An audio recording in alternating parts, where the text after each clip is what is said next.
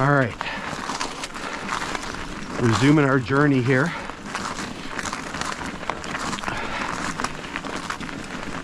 So you can hear a barking dog. So again, we are at this next First Nation community, which I'll talk about once we get a little bit further ahead, because obviously it ties into the history of the railway and there's some things to mention. Oy.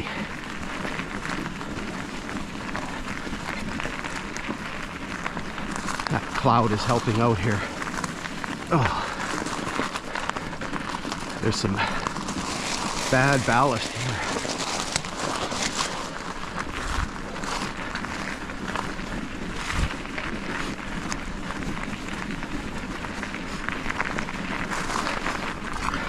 So again, very, very beautiful area.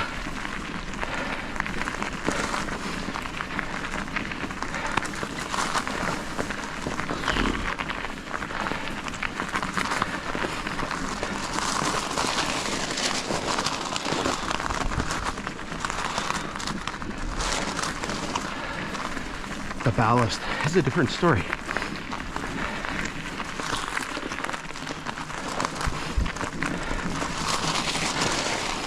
All right, so Luna is now out of the trailer a little sooner than I had planned to, but she decided she was gonna jump out.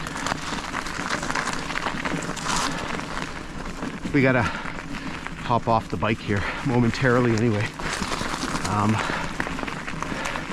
I guess they're doing some cleanup here alongside the grade, and I can't ride my bike through this.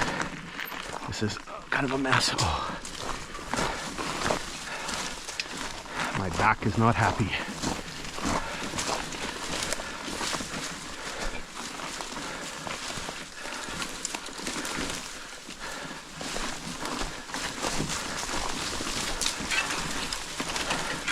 So you can see the issue with rail lines after they're taken out of service or abandoned.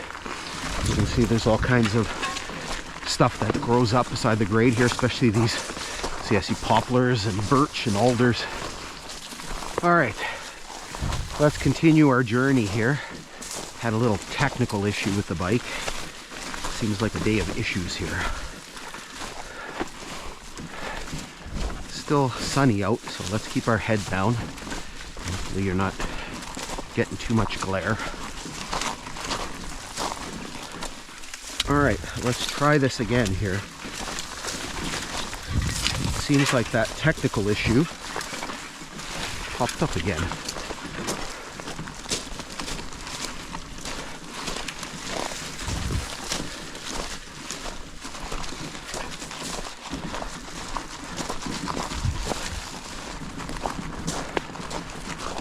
Okay, so you can see that we're coming up to a level crossing here. So again, I apologize for the glare. So you can see that there's a remaining flanger sign here from the crossing.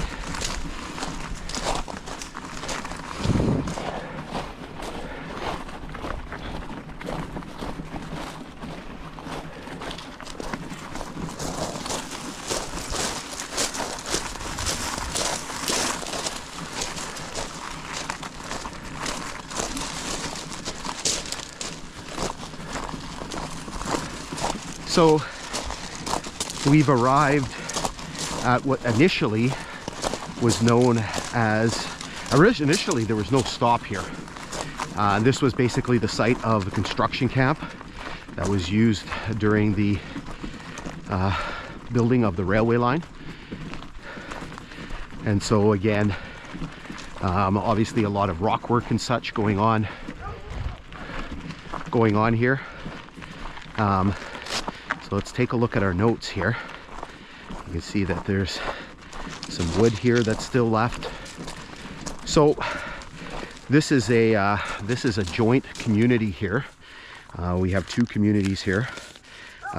So basically we have the community of Macdiarmid, which was the original community that was formed here, and then later on there was a First Nations community that was added here. And the name of the community for a long time was Rocky Bay First Nation. Still technically is. It's English name, but its more traditional name is Biinjitiwaabik Zaaging Anishinaabek. So again, Chimigwich to Esther for hopefully helping me pronounce that right. So let's talk a little bit about the history of this area. So again, we're at milepost 36.6 on the original lines, and then 86.3 on the Kinghorn. So again, this was not an original station.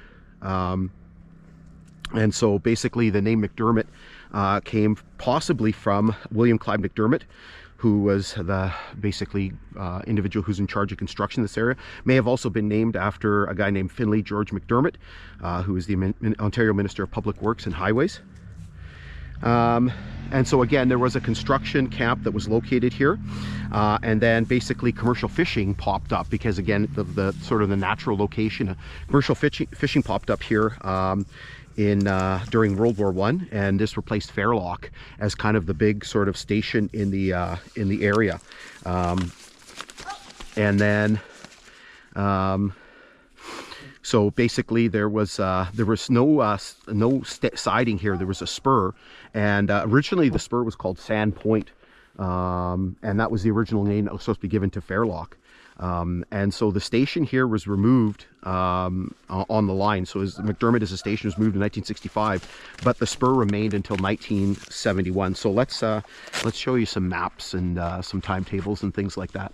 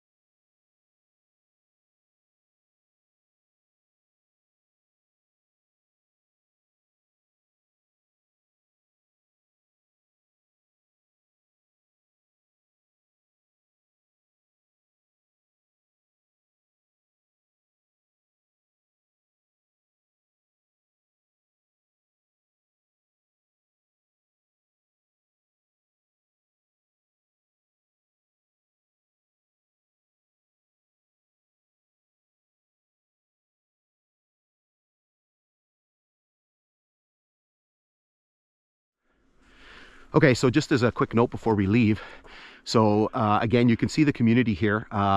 There's a sign there, and there's a school just up here. So that's Spirit-Based School, which is the school that serves the community here.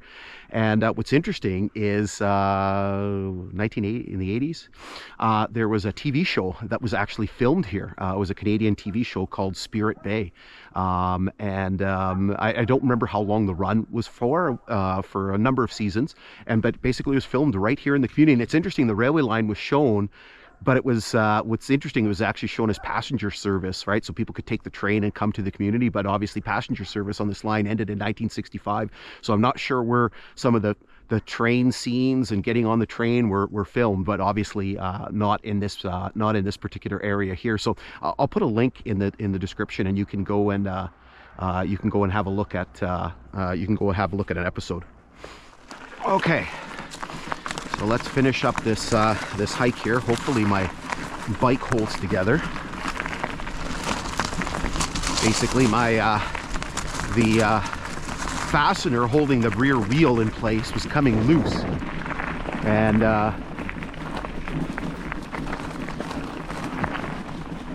my rear wheel was falling off. So obviously that was a problem.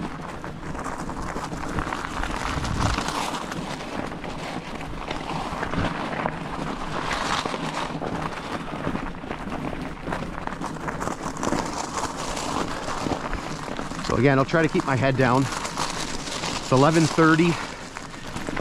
Sun is out there. It's not as bright as it could be with that high cloud.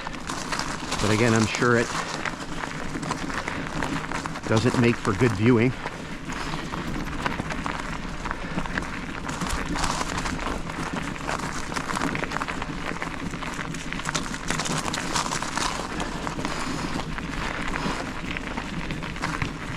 So here we're into a little bit of rock work here. And there's a little bit bigger rock cut coming up. Probably use the footage we shot this morning.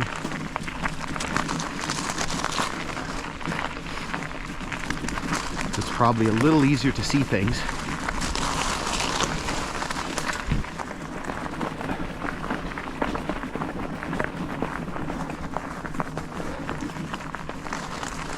Okay, let's kick in that footage here. All right, here we go through this rock cut. So the cut itself is not particularly long, not super high either. So you can see the first piece here, probably in the 10-foot range or so.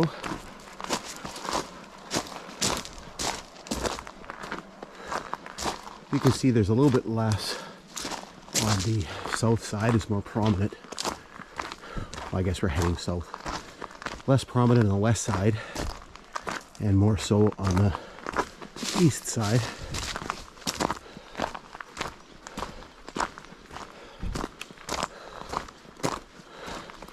Obviously this is a precursor to coming into the tunnel that is just up ahead.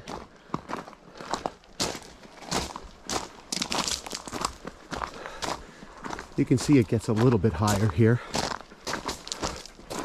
Probably in the maybe 12-foot range or so. Maybe a little bit more. And then here it starts to peter out. And then we get into this embankment here. Okay.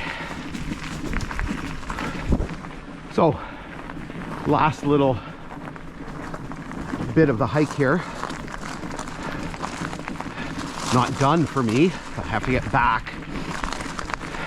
But this is the last little section of the video for today. Hopefully it's not too difficult for me to cram this all into 4 segments. So you see we're up on a pretty big embankment here, and one of the things I did when I was here 3 years ago, it was the springtime, so there was some water running. So I remember I went down to see if there was a culvert. Couldn't find one, but you could see, and we've seen this in places before on this and other rail lines, where they make what's called like a, I don't even know what to describe it, it's basically like a little rock culverts, I guess, or something. Anyway, so basically they fashion it so the water can kind of flow through without actually putting culverts. Maybe they're small little rock culverts. So if there's time, I'll show you that clip. Okay, we're down here below the level of the grade. We are on the western side of this very, very large embankment. We're probably about 40 feet down. I can't really kind of pan up that way just because of where the sun is. But what we have here is, in order to facilitate the water flowing beneath this very large embankment, you can see that they've created rock channels. So little channels in the rock where the water is flowing through. We've seen this before in other spots. Again, just really, really neat to see. I'm guessing this is probably original construction, but we can't be 100% certain, but really, really neat to see the water still kind of flowing through after all of these years. Okay, so we're gonna hop back up on the grade, and one of our big destinations on this hike here is coming up very shortly.